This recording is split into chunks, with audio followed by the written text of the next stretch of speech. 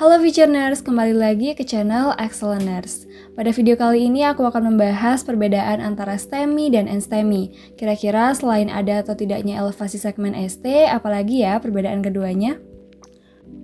Oke, pertama-tama kita bahas dulu persamaannya. STEMI dan NSTEMI sama-sama merupakan jenis dari infark miokard. Secara klinis, infark miokard didefinisikan dengan adanya cedera miokard akut yang dideteksi oleh biomarker jantung abnormal, seperti contohnya troponin jantung, yang menunjukkan gejala iskemia miokard dengan hasil elektrokardiogram atau EKG, pencitraan, atau temuan angiografi yang abnormal. Etiologi dari infark miokard bervariasi karena ada beberapa penyebab potensial termasuk penyalahgunaan tembakau, kurang aktivitas fisik, tekanan darah tinggi, kolesterol tinggi, diabetes, obesitas, dan juga riwayat keluarga. Faktor resiko yang meningkatkan kemungkinan terjadinya infark miokard adalah usia lebih tua, jenis kelamin laki-laki, riwayat penyakit jantung kronis dalam keluarga, diabetes, hiperlipidemia, hipertensi, insufisiensi ginjal, manifestasi penyakit jantung koroner sebelumnya, serta penyakit arteri perifer atau karotis. Tanda dan gejalanya adalah angina pectoris yang merupakan sejenis nyeri yang digambarkan sebagai sensasi sesak, berat, nyeri terbakar, tertekan, dan biasanya terlokalisasi di daerah retrosternal. Nyeri seringkali menjalar ke lengan kiri, namun juga bisa menjalar ke rahang bawah, leher, kedua lengan, punggung, dan epigastrium. Apabila teman-teman sedang melakukan pemeriksaan fisik, seringkali akan ditunjukkan adanya hipertensi atau hipotensi, adanya bunyi jantung ketiga dan keempat, dan pemisahan bunyi jantung kedua yang paradoks. Auskultasi jantung dapat mengungkapkan murmur sistolik akibat regurgitasi mitral iskemik yang berhubungan dengan prognosis buruk atau komplikasi mekanis, yaitu rupturnya otot papiler atau defek septum ventricle pada infark miokard subakut dan mungkin tidak dapat terdeteksi. Selain itu, pada pemeriksaan fisik juga bisa terdapat tanda-tanda gagal jantung seperti peningkatan tekanan vena jugularis, krepitasi bilateral pada auskultasi paru, atau shock kardiogenik yang juga dapat muncul, dan ini menandakan prognosis yang lebih buruk. Oke, sekarang kita akan membedakan antara STEMI dan NSTEMI. Seperti namanya, STEMI merupakan ST elevation myocardial infarction atau infark miokard dengan presentasi elevasi segmen ST. Sedangkan NSTEMI adalah non-ST elevation myocardial infarction atau infark miokard tanpa adanya presentasi elevasi segmen ST. Segmen ST sendiri adalah bagian yang datar bersifat isoelektrik, juga dimulai pada akhir gelombang S sampai dengan awal gelombang T. Segmen ST menunjukkan interval antara polarisasi dan repolarisasi ventrikel. Jadi penyebab utama dari elevasi segmen ST adalah infark miokard atau iskemia. Dan untuk penyebab potensialnya adalah perikarditis, vasopasme koroner, dan hipertrofi ventrikel kiri. Sekarang kita akan membahas mengenai STEMI. Jadi STEMI ini adalah oklusi arteri koroner secara menyeluruh dan juga persisten. Biasanya pada STEMI akan terjadi penyumbatan total arteri koroner yang menyebabkan iskemia transmural atau ketebalan penuh miokardium, yaitu dari endokardium sampai ke epikardium sehingga menjadi iskemik. Namun biasanya lapisan paling luar atau epikardium lebih sering dipengaruhi lebih awal dalam hal cedera listrik yang dipantulkan oleh EKG. Untuk hasil EKG-nya sendiri akan menunjukkan elevasi segmen ST yang tingginya lebih dari 2 mm pada lead V2 atau V3 dan tingginya lebih dari 1 mm pada lead lainnya. Selanjutnya adalah NSTEMI. NSTEMI merupakan oklusi arteri koroner parsial, mikroemboli, dan oklusi jangka pendek. Biasanya infark akan terbatas pada dinding dalam miokard dan tidak ada elevasi segmen ST. Jadi, diagnosis yang dilakukan dapat dengan melihat enzim jantung, biasanya troponin jantung akan meningkat, atau angiografi. Namun juga bisa terdapat depresi segmen ST, elevasi segmen ST sementara, dan inversi gelombang ST onset baru. Oke, selanjutnya kita akan bahas lebih lanjut mengenai depresi segmen ST. Jadi biasanya depresi segmen ST ini menandakan iskemia miokard.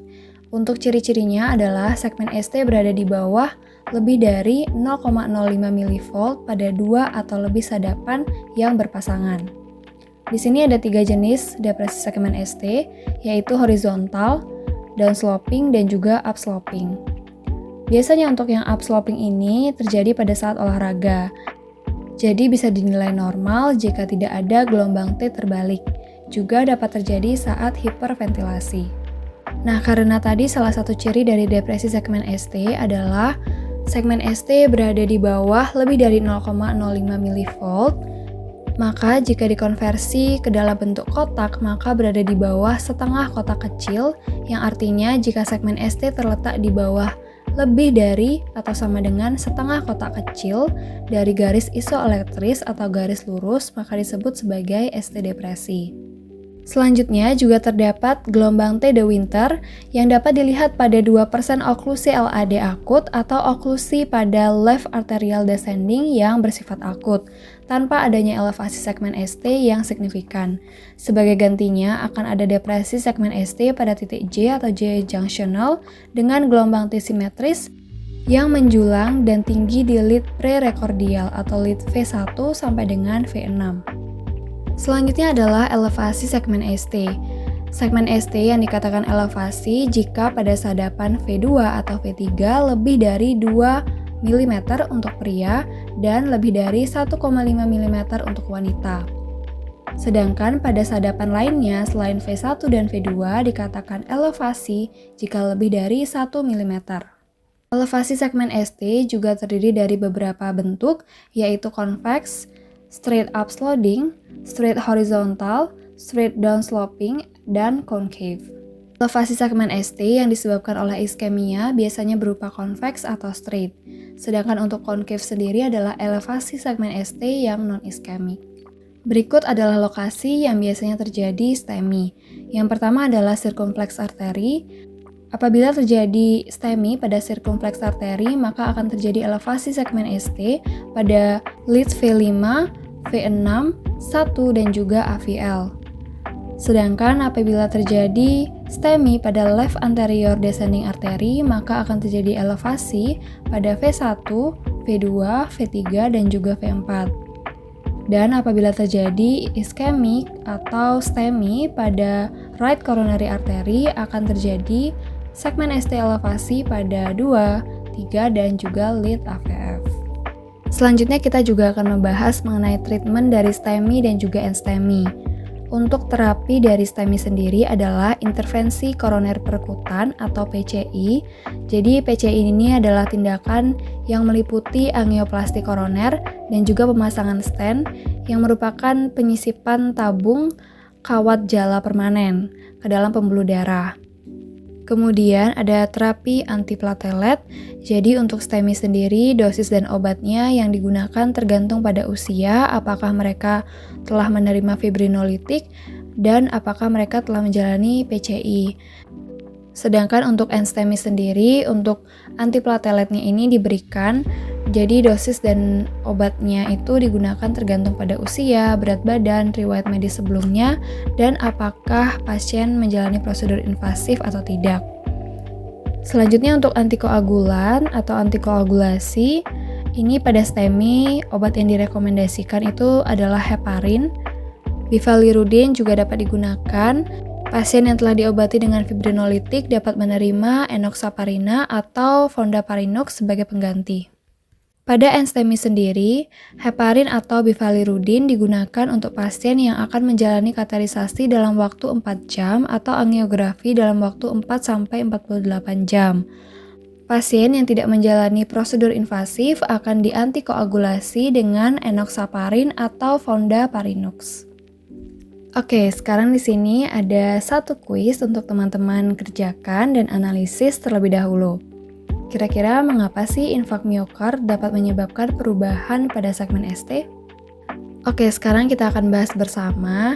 Jadi teman-teman, di sini adalah alasan kenapa infark miokard ini dapat menyebabkan segmen ST elevasi. Jadi teman-teman, di sini kita punya dua kondisi. Yang pertama, ketika iskemia terjadi, maka akan menyebabkan penurunan produksi ATP oleh mitokondria akibat terganggunya fosfolirasi oksidatif. Kondisi yang kedua adalah ATP yang tidak cukup ini tidak dapat mengaktifkan KATP channel.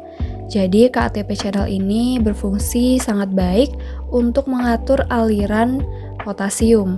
Dan potasium adalah hal yang sangat penting untuk mengatur denyut jantung.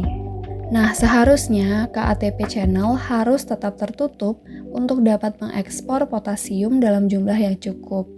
Namun, karena ATP tidak diproduksi dengan cukup, maka KATP channel tetap terbuka, sehingga ekspor potasium melalui KATP channel akan meningkat dan mempersingkat durasi potensial aksi dan hiperpolarisasi daerah yang iskemik. Jadi pada intinya, ketika epikardium terluka atau mengalami iskemik, maka potensi aksi yang lebih pendek akan terjadi karena aktivasi KATP. Pada STEMI, area epikardium akan mengalami iskemik dan mengalami repolarisasi lebih awal karena aktivasi KATP, sedangkan sel sehat pada endokardium masih terdepolarisasi. Hal inilah yang kemudian menyebabkan arus cedera berjalan dari arah dalam keluar yang menggeser segmen ST ke atas sehingga menyebabkan elevasi XT pada EKG. Di sisi lain, pada NSTEMI, area yang iskemik hanya di bagian dalamnya saja yaitu endokardium, karena biasanya endokardium lebih mudah mengalami iskemik, sehingga endokardium mengalami repolarisasi lebih awal dan sel sehat pada epikardium masih terdepolarisasi. Hal ini akan menyebabkan arus cedera dari luar ke dalam yang menggeser segmen ST ke bawah menyebabkan ST depresi pada EKG. Nah, bagaimana teman-teman? Apakah sudah bisa dibedakan apa itu STEMI dan juga NSTEMI? Serta kenapa sih infark miokard dapat menyebabkan ST elevasi dan juga ST depresi? Oke, selanjutnya untuk bacaan lebih lanjut, teman-teman bisa mengunjungi link yang ada di layar. Oke, sekian untuk video kali ini. Selamat belajar dan sampai jumpa di video selanjutnya.